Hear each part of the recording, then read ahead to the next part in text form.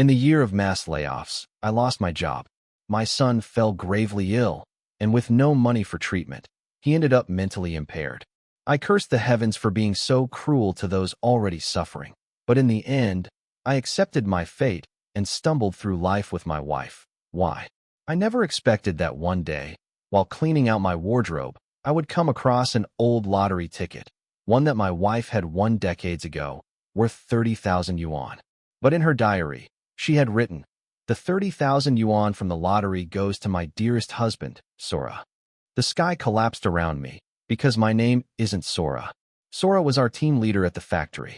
In the heat of an argument, she caught me off guard and killed me. When I opened my eyes again, I had returned to the time before the mass layoffs even began. Chapter 1. What is this? Why? Tell me, what the hell is this? You even called him your husband. Do you two have no shame at all? I threw the lottery stub and diary at Y's feet, my face twisted in rage, demanding an explanation. 30,000 yuan back then. That amount could have changed our entire family's fate, but she gave it away without a word. Y's face flickered with panic, but not because I had discovered the truth. She was only worried I would damage her precious belongings. She snatched them up, carefully treating them like treasures, and said, "Why are you rummaging through my things? Besides, it was so long ago. We've been living just fine. What's the point of bringing it up now?" My anger boiled over. What's the point? Was I the one being petty? Back then, our son was critically ill. We had both lost our jobs. I was working myself to the bone, doing odd jobs just to survive, while she gave all that money to that bastard, Sora, and watched our son suffer without a second thought. What kind of mother does that? Later, my son barely clung to life. Multiple times, I was desperate, out of options. I decided to go to Sora and beg him for help, thinking that since our family had once helped him, he might lend us something in return. But what did Y say? Sora is struggling too. His wife died in childbirth, and he's drowning in debt. How could he possibly have any money to lend? Maybe our son was just meant to have this fate. Bullshit. If Y had brought that money back home, my son wouldn't have suffered, wouldn't have ended up like that. It was never about fate. It was about her selfishness. I roared. Why? Do you think I don't know what's going on in that head of yours? You really believe he'd marry you even if he got divorced 100 times? I swear I'm going straight to Sora. I want to see how thick his damn skin must be, living his whole life in comfort off my family's money. Doesn't he fear that when he dies and faces judgment in the underworld, the king of hell will make him pay it all back in his next life? When I was young, my whole world revolved around Y. She kept her own money for herself while my salary covered our expenses. Even the money for that lottery ticket, she asked me for it. And yet, when she won, she didn't bring a single cent back home. Sora had seen my son suffering in the hospital countless times. He watched him slowly lose himself to his illness, and yet he had no problem using that 30,000 yuan to live a comfortable life. To make it worse, every time he visited with some fruit or tonics, I was foolish enough to be grateful, thinking he was a good friend. Turns out, the real fool was me. I was the biggest joke of all. Why? You're not going, June. You hear me? Stop right there. I gave that money to Sora willingly. You really have to ruin his life over this. Do you have no heart? How did I end up marrying someone like you? Like hell I was going to listen. I turned to storm out the door, but then why? This so-called delicate, fragile woman suddenly lunged at me and shoved me hard. I wasn't prepared. My head slammed against the ground. For a moment, my mind went completely blank. The only thing I could see was my mentally impaired son pushing past Y, sobbing as he reached for me. Then everything went dark, and the next thing I heard was, "June, it's just a little money to help Sora. Why are you being so stingy?" I snapped my head up. In front of me stood Y, decades younger. The enamel water jug, the communal dormitory, the familiar clothes. I had come back to the very beginning. Y continued, "June, we're both factory workers with stable jobs. Sora's wife died in childbirth, and he's drowning in debt. What's the big deal if you lend him a little money? Don't be so selfish, all right?" It all came flooding back. In my past life, this was when Sora's wife had just passed away. He'd climbed to the rooftop of the factory, threatening to jump. Everyone had talked him down, saying they'd pull some money together to help him through this hardship. That's why Y came back to ask me to lend him some money. I had been a fool. I actually believed Sora was suicidal. I actually believed Y's so-called kindness and I handed over the money. And from that moment on, my family's suffering began. Even when I died, I never got that money back. Why was still nagging? The next second, slap. I raised my hand and smacked her across the face. It felt good. She was still in shock when I slapped her again, left and right, one after the other. Divorce, you shameless, disgusting woman. How dare you crawl into another man's bed while married to me? Marrying you was the worst damn mistake of my life. Sora wants money? Fine, let him come ask me himself. Since when does a man send another man's wife to beg her husband for money to support him? The walls in these old buildings had terrible soundproofing, but I had nothing to hide. Why, on the other hand, did? Panicked, she lunged at me, trying to cover my mouth. Shut up. What are you saying? You're ruining my reputation. Reputation? After everything, she still cared about that? I shoved her away with a kick to the stomach, sending her sprawling onto the ground. I grabbed a fistful of her hair and slapped her again, the sound crisp and sharp. She curled up, clutching her face, too afraid to move. I glared down at her and spat. Why divorce? I want a divorce. I'm done with you. Chapter 2. Why stared at me in utter disbelief. June, you want a divorce over something so trivial? If I had known you were this petty and jealous, I never would have agreed to marry you. I sneered inwardly. That weak attempt at guilt-tripping me didn't even sting as much as the words of the heartless factory bosses. With someone like her, talking was useless. The only way to shut her up was through action, until she no longer dared to open her mouth. I didn't reply. I simply continued serving her a Wong-style beating, slap after slap. If nothing else, she was truly devoted to Sora. Even now, after everything, she was still trying to defend him. She kept begging me not to ruin his reputation, to lend him the money. No wonder this frail little woman had been capable of killing me in my past life, all for Sora's sake. I didn't care what she said. Every time she tried to manipulate me or argue back, I gave her another slap. I wanted to see what would break first, her stubborn mouth or my hand. Eventually, she caught on. She finally shut up, but she glared at me with pure resentment. At last, I let her go and slumped onto the floor, panting. Her voice trembled. June, you've hit me enough. Just stop. I cut her off. I'm done hitting you. Now, let's talk about the divorce. Our son stays with me. The house was assigned to me by the factory, so you pack your things and leave. Why scrambled to her feet, her face twisting with outrage. June, you're not only divorcing me, but you also want me to leave with nothing? I never knew you were so heartless. I won't agree. I won't divorce you. Right now, she hadn't gotten involved with Sora yet. She hadn't won the lottery, and most importantly, our son wasn't sick yet. I had to divorce her. I had to make money. I would never let my son suffer the same fate again. Come to think of it, why had never contributed to our household? She blew through every penny of her salary, claiming it all went toward groceries, household items, and miscellaneous expenses. Impossible to keep track of, she always said. But in reality, who was the one paying for everything at home? It was me, handing over my entire paycheck. The more I thought about it, the angrier I got. I landed another slap across her face. Heartless? Sure, I'll be heartless. And you? You wasteful, shameless woman. Who are you to scold me? You live off my money, eat off my money, but if I buy a pack of cigarettes, you throw a fit.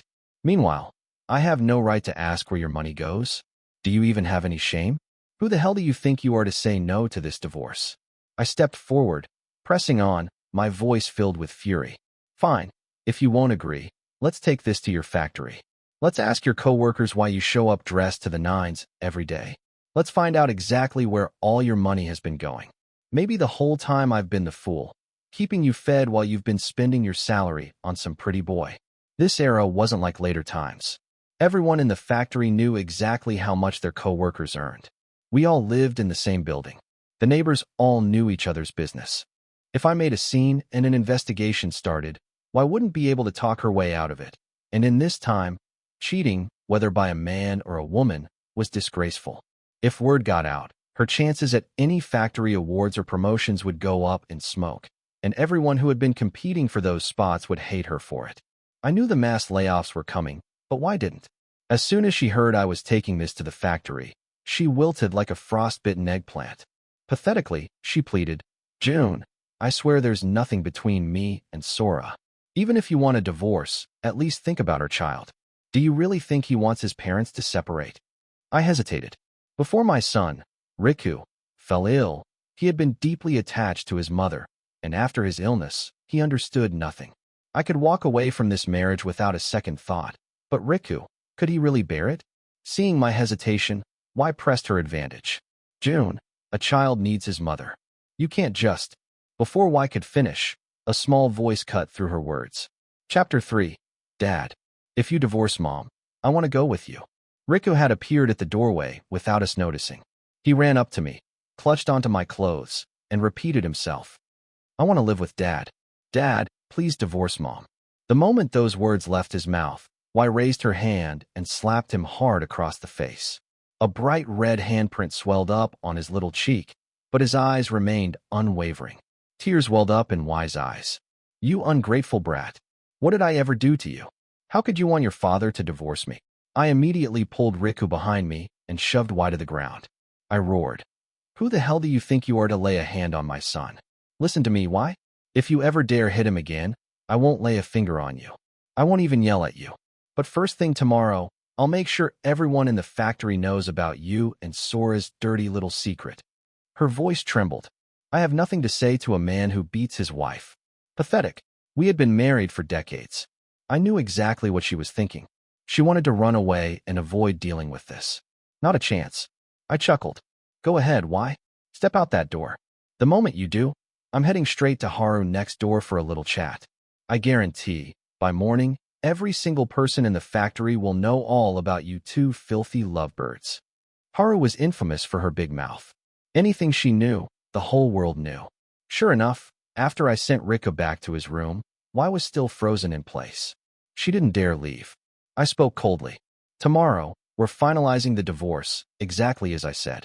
I've already spared you some dignity. If you don't agree, I'll make sure things get ugly. It wasn't that I didn't want to drag out every last detail about our finances and leave her with nothing, but I had more urgent matters to handle.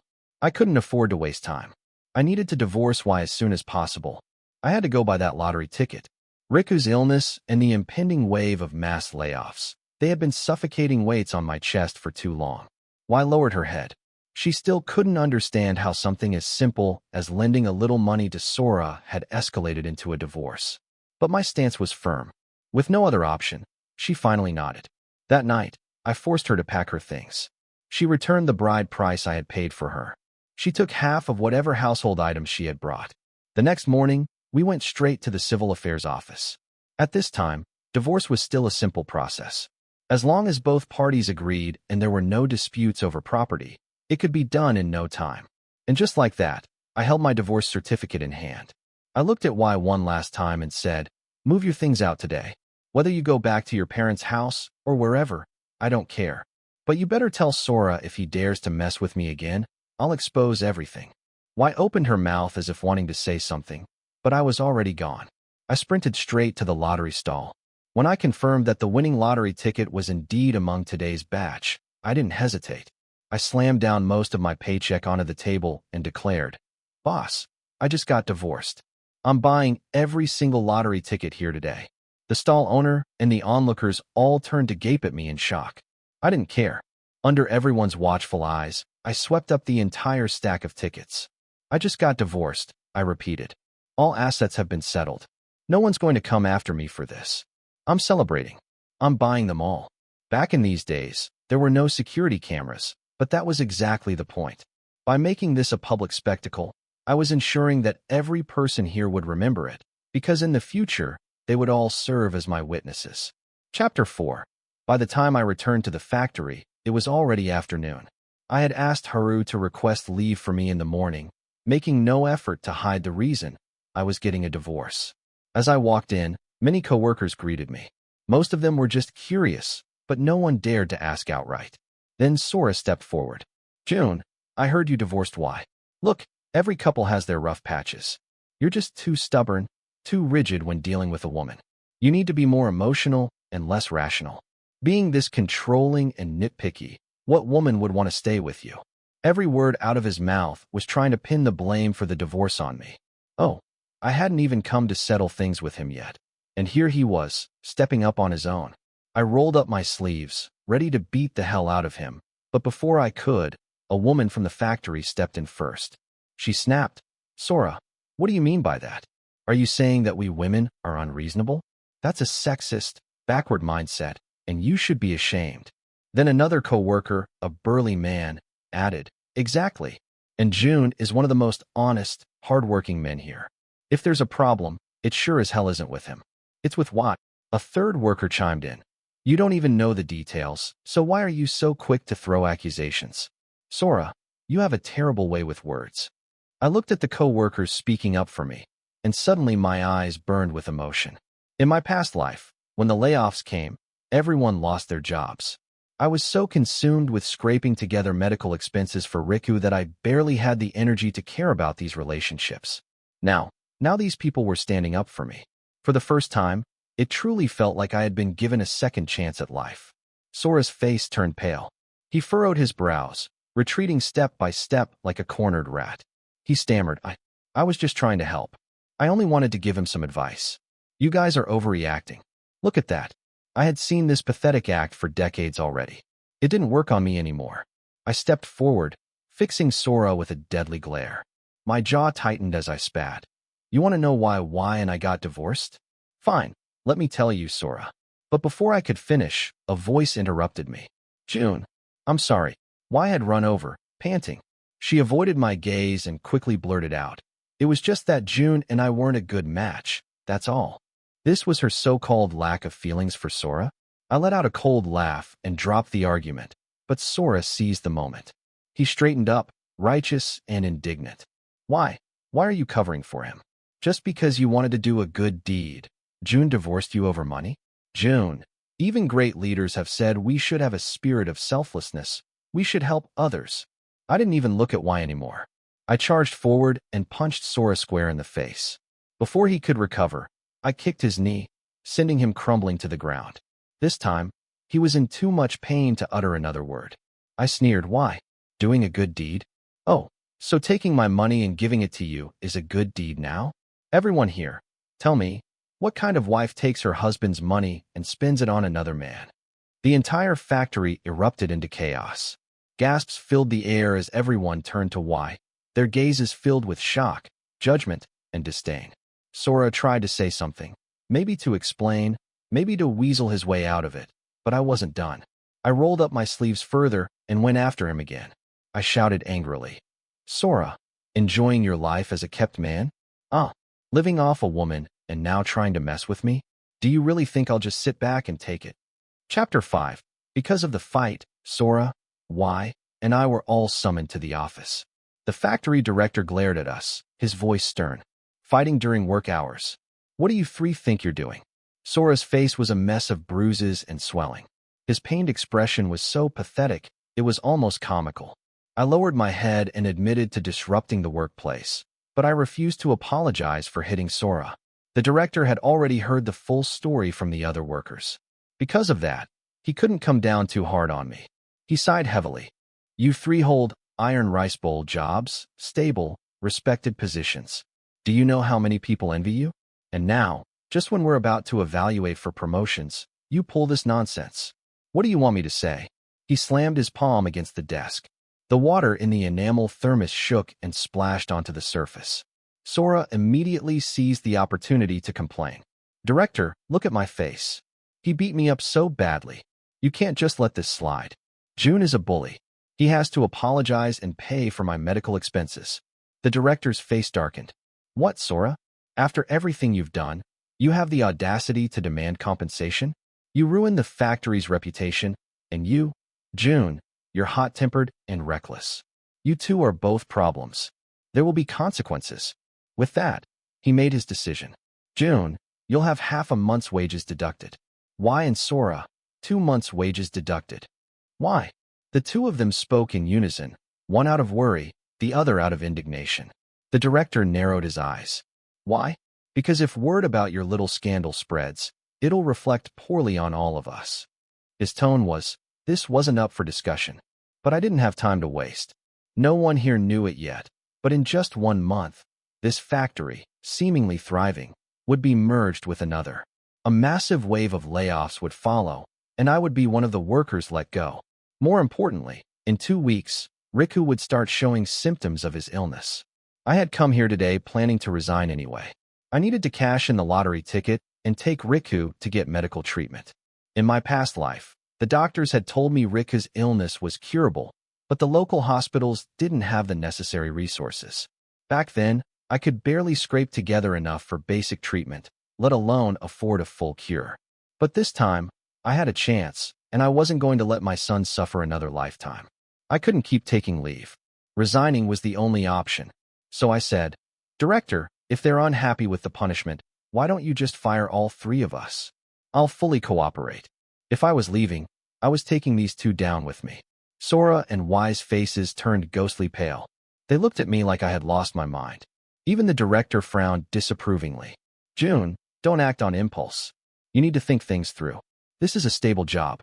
Where else will you find another one like it? Look, how about this? The money deducted from their wages will be given to you as compensation." I shook my head. I turned and glared at Y and Sora with pure hatred. I can't work under the same roof as these 2 anymore. I came here today specifically to resign. I'll also move out of the factory housing. I just need a few days to sort things out. Seeing that I couldn't be swayed, the director let out a heavy sigh. "Fine, collect your last paycheck." He paused before adding, "But June, Y and Sora will stay. Everyone is struggling." I nodded. I had no intention of pushing further. If they were fired, Y's parents would come after me for custody of Riku. My own parents would pressure me to reconcile with her, and Riku didn't have time to wait. After today, those 2 wouldn't have an easy time in the factory. Their reputations were already ruined. Besides, when you have nothing to lose, you have no fear. They, on the other hand, still needed this job, and they wouldn't dare cross me again. Chapter 6. I held Riku's small hand tightly and said, "Riku, don't be afraid. Dad will always be with you, okay?" I straightened my back. Right now, seeing a doctor was no easy task. Seeking treatment in another province required referral papers and a mountain of procedures. Rika hadn't shown symptoms yet. If the hospital failed to diagnose anything, it would just waste more time. My mind was in chaos, but Rika's tiny hand gripped mine firmly. "Daddy, I'm not afraid. Now that Mommy's gone, you're safe," he said. I froze and looked down at him in shock. He grinned widely and added, "I had a dream. Mommy pushed you down and you bled a lot. Mommy is bad. I don't want her. I only want Daddy." Rika knew? Could it be? Had Riku also been reborn? Maybe to him, everything that happened in our past life was just a nightmare.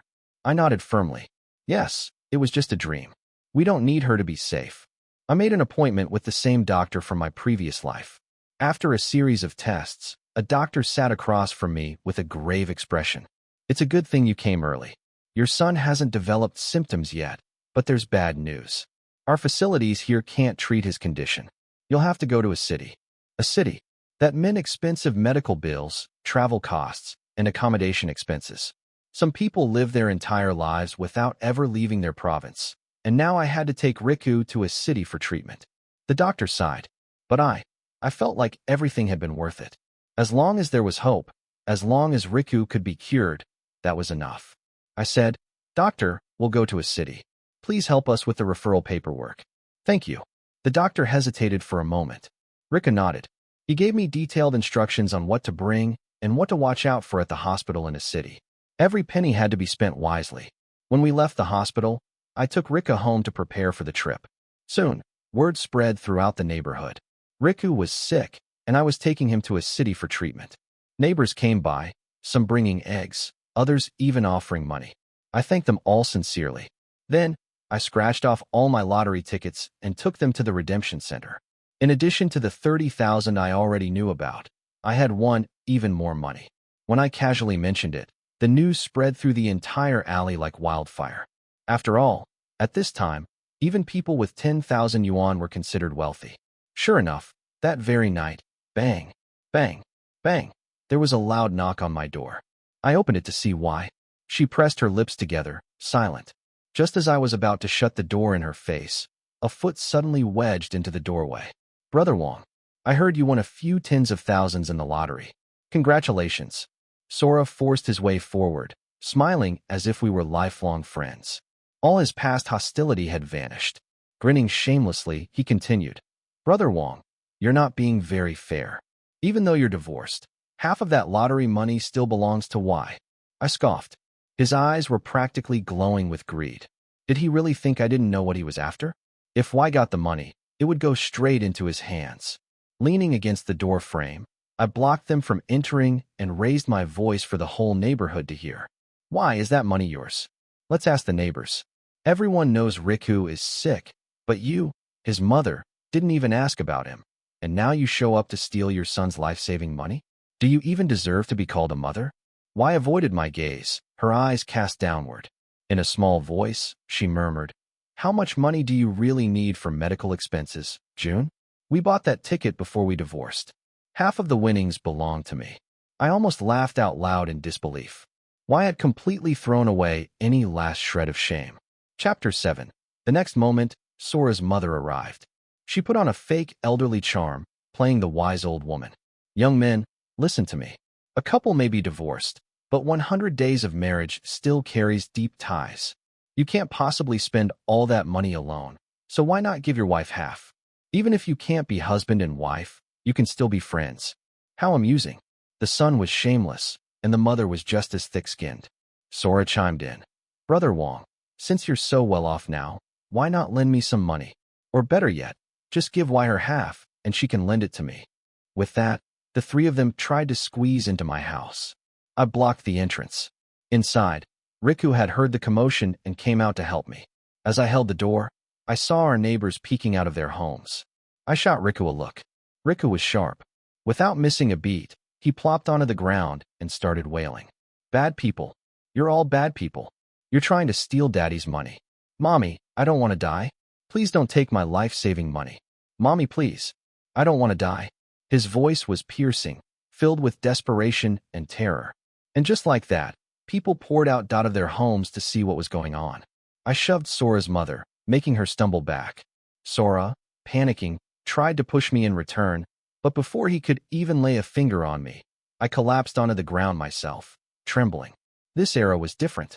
People weren't used to seeing this kind of scene. Instantly, a crowd formed. Shouts of outrage erupted. Why? Sora, what the hell are you doing, bringing your lover here to beat up your own husband and son? Even tigers don't eat their own cubs. How can you call yourself human? This is all about money, isn't it? Look at these two, thick as thieves. They don't even care about their own flesh and blood. We should report them for immoral conduct. June, Riku, don't be afraid. We're all here. No one is going to take your money. I smirked. Now they were completely ruined. With so many people watching, the three of them immediately switched tactics, trying to reason their way out of it. But their words all boiled down to one thing: money. What they didn't realize was that when I bought the lottery tickets, I had deliberately made sure everyone saw my divorce certificate. My finances were clearly separated. Thanks to my big spender act that day, the stall owner had a strong impression of me. Everyone who heard about my winnings knew that I bought the tickets after the divorce with my own money. Not even a single cent belonged to Y. I sneered. Why? I thought you simply betrayed me. But now I see you're willing to sacrifice even your own son's life for money. I stood up and slapped Y across the face. Then again and again, Pa, Pa, Pa. This time, I wasn't acting. Riku had suffered so much in his past life, and at the end of the day, it was my own weakness that had failed him. Even when Y pushed me to my death, my last thoughts had been about him. What would happen to my son if I died? People say that a child is a mother's heart and soul, but why? She didn't care about her own son. She was willing to take his life-saving money and hand it to another man. I would never understand why. The memory of Riku being mocked, bullied, and isolated in our past life burned in my mind. I lost control. I hit her harder. The onlookers watched, their expressions dark with fury. Not one person stepped in to help her, because if they dared to fight back, the crowd would tear them apart. Then Sora made a fatal mistake. Through gritted teeth, he sneered, spending 30,000 on a kid's treatment, as if that'll cure him. You might as well just have another one. The moment those words reached my ears, something inside me snapped. Sora had just tried to run, but I had already heard everything. My entire body shook with rage. I dropped Y immediately and lunged at Sora. I wrapped my arm around his throat, choking him. His eyes rolled back as he struggled, his hands clawing at my arms. I tightened my grip. "You worthless piece of garbage," I warned. "You can have why, this pathetic excuse of a woman, but you will not lay a finger on my son's life-saving money. Anyone who tries to block my son from getting treatment, anyone who dares steal his money, I will kill them. You have such a filthy mouth." "Fine, then never speak again." Sora gasped and gagged, his face turning purple. Chapter 8. The moment the neighbors pulled me back, I let go of Sora. He gasped for air, clutching his throat as I supported him. The two of them stumbled away, limping as they fled. I bid farewell to the neighbors and set off with Riku. Riku, still so small, leaned against me. Every time I looked down at him, he would flash me a bright smile, far too understanding for his age. It was heartbreaking. After several days on the train, we finally arrived in a city. Riku was successfully admitted to the hospital, and only then did half the weight on my chest lift. When the test results came back, the doctor confirmed that surgery was possible and Riku could be cured. I couldn't hold back my tears. I grasped Riku's little hand and said, "Riku, be good, okay? Dad has to go out and make money, so don't run around." After making sure Riku was settled, I took out some money and asked a neighboring patient's family to keep an eye on him while I was away. Then I left the hospital. On the train ride here, I overheard conversations about private businesses starting to emerge in big cities. Like a city, I had no special abilities, no cheat codes, only knowledge of the future and my target, the largest clothing wholesale market in a city. I couldn't write music like in those time travel stories. The stock market hadn't even been piloted yet, and even when it did, I had never paid attention to it in my past life. Most importantly, my funds were limited. Clothing was an industry with an entry cost I could afford. Plus, after years of watching trends, I had a decent grasp of fashion's direction. If I could secure a city's latest styles at wholesale prices, then bring them back home, where travel was still difficult, the clothes would still be in fashion when they arrived. But reality wasn't as easy as the novels made it seem. I had to visit the market countless times before I finally got a chance to test the waters. Once I built up demand, I secured a contract. During Riku's hospital stay, I worked tirelessly, sketching designs day and night. The moment I established one connection, I used it to open more doors. I seized every opportunity one had. Riku was still young. His treatment was timely, and finally, after over a month in the hospital, he was discharged. The medical bills had taken a chunk of my money, but I had also made a profit. Every day, I lugged massive bags of clothes through the streets, drawing attention. To avoid unnecessary trouble, I hired a reliable truck driver through a local clothing company to handle long-term deliveries back home. A factory had already been merged and our old building had been reclaimed. I took Riku straight to buy a house. The future city center wasn't much yet, so the prices were cheap. I clenched my teeth and bought a commercial property too, not outright, but on a loan. Before long, my old co-workers and neighbors heard I was back. Even though they had lost their jobs, they still brought whatever little they could to visit Riku. I asked Haru, "Have you found a job yet?" My heart burned with an idea. Selling clothes alone wouldn't be easy, but I had worked with these people for years. I knew their capabilities and character better than anyone. If I could hire them, not only would I have reliable workers, but I could repay them for their kindness. Haru sighed and shook her head. "It's not that easy, June. Things are tough right now." I smiled. "Haru, come work for me.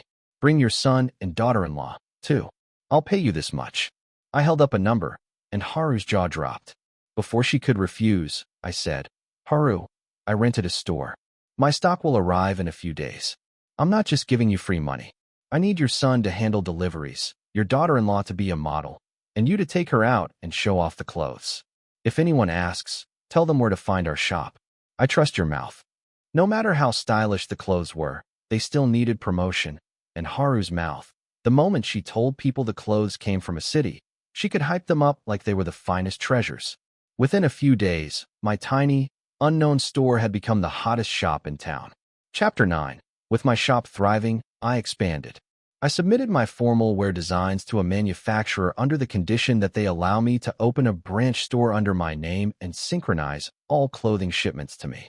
I knew that soon, others would open clothing shops as well, but my use of a city's reputation to cement my first-mover advantage. With the business growing, I hired even more of my former co-workers, accountants, models, security guards. June's clothing had become a well-known brand in town, and my heart, it was finally at peace. My son, Riku, only needed to live a happy, healthy life. But as the saying goes, the more famous a pig, the more likely it is to get slaughtered. Y's parents caught wind of my success and came knocking with Y in tow. Y's mother put on her best fake motherly smile and cooed. June, we never even knew about your divorce. I always knew you were a good son-in-law, destined for great things. No matter what Y did, she was still your first wife. You can't abandon the woman who stood by you when you were poor, right? Her greedy eyes scanned the clothing racks as her hands fondled the fabric. She continued, I already scolded Y for her mistakes. Come on now, why don't you two just go and get remarried? Life will be wonderful again. Huh, wishful thinking. Y's father cleared his throat, glancing at my expression. Seeing that I wasn't convinced, he shifted tactics. June, even if you don't want Y back, Riku still needs his mother. How about this? Just arrange jobs for us. That way, Y can stay close to Riku and raise him properly. Oh, did they think that by starting with a small request, I'd eventually agree to the big one? I raised an eyebrow and asked, and what kind of jobs were you thinking? Y's mother's face lit up with excitement. Even Y perked up at the thought. She immediately laid out her demands. Well, I should get the same salary as Haru. Your father-in-law, too. As for Y, she should manage your accounts. After all, it's such a big business, you can't just trust outsiders, right? Y is Rika's mother. Who else would guard your fortune better than her? I almost laughed. Really? Haru had been with me since day one. She was my top salesperson, practically the face of my brand, and they thought they deserved the same salary? And they wanted to manage my money? What kind of delusional fantasy was this? I chuckled. You can have janitor jobs. Manager? Out of the question. Take it or leave it. Y's head snapped up. June, they're my parents. You stole my 30,000, and I didn't even say anything. Isn't it only right for you to take care of them? And besides, Riku isn't even sick. Why are you still holding grudges? Ah, so now she was back to claiming the money was hers. Looking at her younger self, I feel like giving her a slap. Seeing her old, I feel even more like unleashing 18 styles of Chinese kung fu on her. Between us lay a life-and-death grudge that wasn't something a few words could erase. I frowned. Why, are you insane? You dared to curse Riku to become sick again? What kind of shameless, two-timing tramp are you? Around us, my employees, our former neighbors, washed with strange expressions. After all, everyone here knew the truth. Y had never touched a cent of that 30,000. How was it hers? And he was perfectly fine. When had he ever been sick? She was spouting nonsense. With no argument left and no numbers on their side, Y and her parents slunk away in humiliation. But I wasn't stupid. My business had been booming for a while now. Why had they only just shown up now? I had someone look into it, and sure enough, I found something. After our divorce, Y had gotten together with Sora. The two had gone to the hospital together before meeting each other's parents. It was obvious. Either they wanted my money, or Y was pregnant with Sora's child and looking for a fool to raise it. If this attempt failed, they would try again. Well, since they were so madly in love, I would make sure they were tied together forever. With money, anything was possible. After days of surveillance, I finally caught them alone together. A single fire didn't burn the house down, but it did burn their reputation to the ground. Y tried to cover her face, but she couldn't hide her bare body. Sora was in just as miserable a state. I clapped mockingly. Well, isn't this my ex-wife? Just a few weeks ago, you were begging me to take you back, and now you've already found a new man? A divorced woman and a lifelong bachelor? How perfect. Congratulations. Y's face froze. This sealed their fate. Once their relationship became official, there was no way she could come crawling back to me or steal my money. Last life, I had suffered. Riku had suffered. But this time, she could rot with that freeloader, Sora, and raise his child. I was going to enjoy this show. Y panicked. She grabbed my arm, pleading, No, June. Please believe me. Sora got me drunk and took advantage of me. I was confused. I only love you. I am your wife. Riku's mother. Please don't leave me. Sora's face twisted. He was a lifelong bachelor. If Y left, he'd lose everything. He immediately pulled her back and shouted, Why? How dare you say that? You're already pregnant with my child. What do you mean I took advantage of you? Don't try to push the blame onto me. Y's eyes widened in horror. She struggled desperately, trying to break free of Sora's grip, but in the chaos, she lost her balance. She fell to the ground. Aya, why screamed. Her hands clutched at her stomach. My baby. My stomach, it hurts. Chapter 10. Why was rushed to the hospital? The baby was gone. At the police station, the Y family and the Sora family got into a full-blown brawl.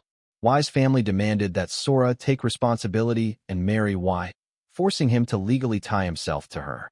And just like that, the two were officially bound together. No wedding, not even a single piece of celebratory candy was handed out. But I was satisfied. Rika was healthy. My business grew bigger and bigger. For Rika's education, I sent him to the best schools. Every year, I made sure he never missed a medical checkup. Who needs both parents when a mother like that was worth less than a pile of money? Riku was brilliant. His grades were exceptional, and he earned his way into the best universities.